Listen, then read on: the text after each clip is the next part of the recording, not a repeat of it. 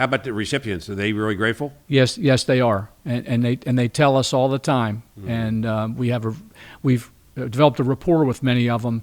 Gotcha. Because most of them are return, and they're people who live in the community. We know them. We often know their families, other people they're related to in the area.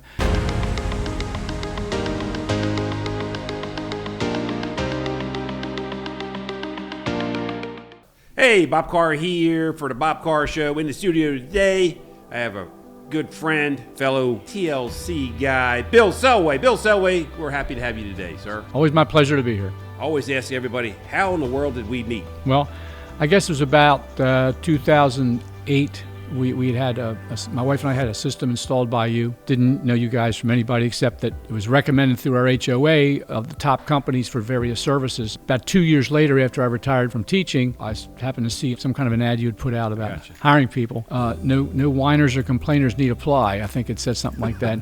And she and I were laughing about that. And she said, "Why don't you go ask that guy for a job? You'd be good at that." And I got to thinking about the fact that whenever we had any issues with the sprinkler system, which were few, but the response was good, and I always had a good impression about the company, and I wasn't at all hesitant. I was curious, and as you know, I reached out, and you invited me in. And you did a lot of garage makeovers, hundreds of them. Yeah, while you worked I just here like full-time. it because you always like to take the notes, put everything on paper. Right. A lot of guys don't like to do paperwork. You enjoyed it, and I always thought that came from your school training.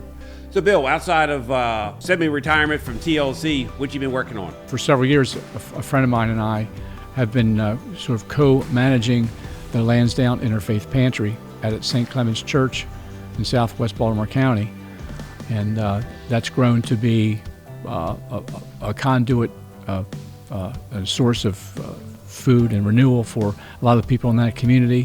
We were always operating at one point on just about 100% on the charitable donations from churches in the area. Pandemic wiped a lot of that out because for a while people were going to church. They're going back now, but for a while there was no income to buy food. A lot of those people are week to week, and if 1 week they stop working, they stop eating. So that affects their children too. Yeah, through the federal government, through the state and grants and so forth, we're the fortunate beneficiaries of that kind of support, which helps us to help. I don't think we've had to purchase food for about a year and a half. It's all been sort of given to us so that we can in turn give it away to people in need. That's got to be a good feeling though, helping out.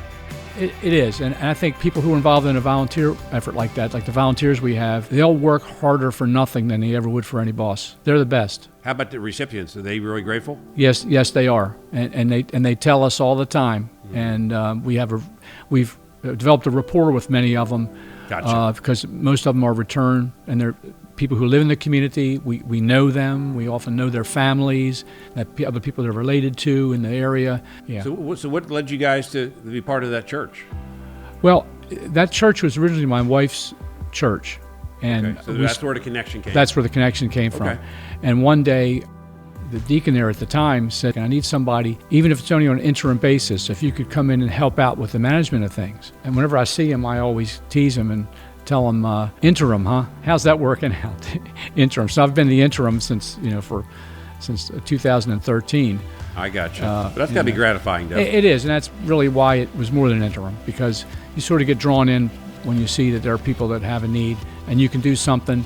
Switching gears, you still golfing? Trying to. One of those things. It's a cruel game. But you get out every week. How about your place down in Carolina? We're getting ready to go down in another week. You do a lot of golfing down there, don't you? Yeah, because it's on a golf course. Is your wife still working? No, she's been done for about 5 years. 5 years? Yeah. I lost sight of that because last time I talked to her, I think in person, the time we were up there helping you with some flooring up at your house, I think she's still working part-time. Yeah, she's been done a while. Yeah, she's retired now 100%. She had her list of what she was going to do. When that hammer came down, she knew exactly what she was going to pick up. So now she's an oil painter. You know what? I knew that because when we did your garage makeover, remember a couple of years ago? She came out and said, "Bob, I need X amount of room here for make sure I have my supplies, and I got some things going on in the basement, things going here in the garage. I need this. Make sure that you and Bill incorporate it when you do the makeover." I remember that now. And she promised herself on her list of things to do, on her bucket list, she'd get back into oil painting. She doesn't golf, does she? Oh, yeah. Yeah? I never talked to her about that, but I never knew she golfed. She hits the ball pretty well. We were playing golf with a professional caddy on the PGA Tour who himself is excellent. This is a funny story. So he hit his drive and she hit her drive, but she smoked it, right? We drove out to our balls and she really got him. She said, Scott, and now you can tell all your friends you got outdriven by Grandma. That's good. She's got a good sense of humor and you hit the ball. Yeah. You know, still good physical shape. Yeah. Bill, appreciate you coming in today. Thanks. It's always my pleasure. This wraps up another episode of the Bob Carr Show. Hit the subscribe, hit the like button if you enjoyed this, and stay tuned for another episode next week.